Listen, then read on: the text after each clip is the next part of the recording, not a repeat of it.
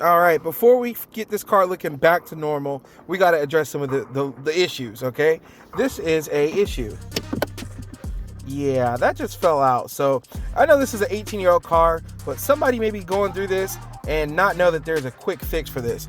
If this does happen to you, take your thumb, place it in. There's a rod right here in the top. Take your thumb, place it in, push down, and then you can get it into gear. Because if it pops out, well, then how are you putting it in park? So yeah, let's fix this. This is the lovely part that breaks off, and it happens to a lot of them. Let me show you the replacement. And like I said, this is an 18-year-old car. Somebody may already know this, but I'm just trying to save somebody from having to replace a whole shifter. Right here, Dorman shift knob repair kit, right at your AutoZone. 10 bucks, 11 bucks, after tax 12 maybe. Old and busted, new hotness. Old and busted, new hotness. Let's get it. And if you're on the hill, pull your e-brake. You're gonna take that shifter, you're gonna push it all the way to the back. As you can see here, there's some Phillips head screws. We're gonna remove those screws. Let's get that.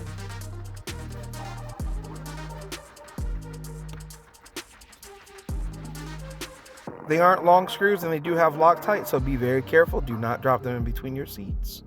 After you do such, simply pull up, and there we are. Look how dirty that is. Ugh.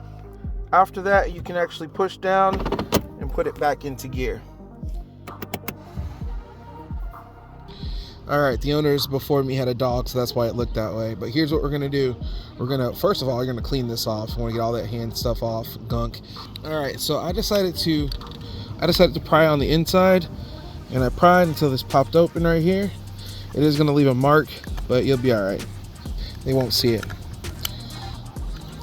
So now I want to clean the inside of this up and get all the parts. Right, just like that. It just fell right out. So here's what fell out. Basically, this is nice and clean and clear. All right, once you get this clean, you're gonna actually use some lubricant. This is brake lubricant, but lubricant's lubricant. I know this is really sus, man, but you gotta put thumbs in things and lube stuff up. But basically, this is a moving part, so you want this to be lubed up. There's actually lubricant already in here. We're gonna go ahead and put some in there, some more in there now. You may not be able to see it, but you're gonna basically put it on these grooves here.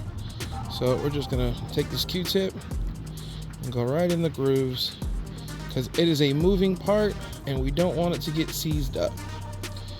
That's all we're gonna do. And hell, that may be why it broke. I don't know. I don't know what the cause of these breaking are. Well, what the hell? I just went ahead and put some more. We're just gonna swish it all around in there. We just gonna cream pie this whole thing.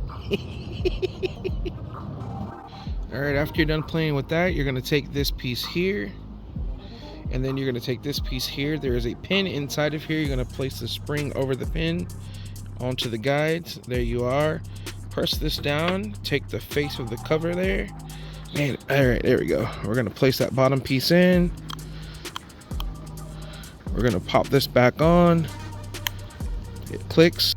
Okay, once you get in the car, make sure that this is angled towards the driver's seat. I already did like a test. And by the way, this won't come out once you put this cap over it. So it is good. So all you do is slide it back over. Make sure it's slanted correctly. Now don't forget, you have 2 screws to still put on, but we can test it now. Look at that. All right, now get this back on with these screws. You don't have to worry about the Loctite, but tighten them down and you're good to go, man.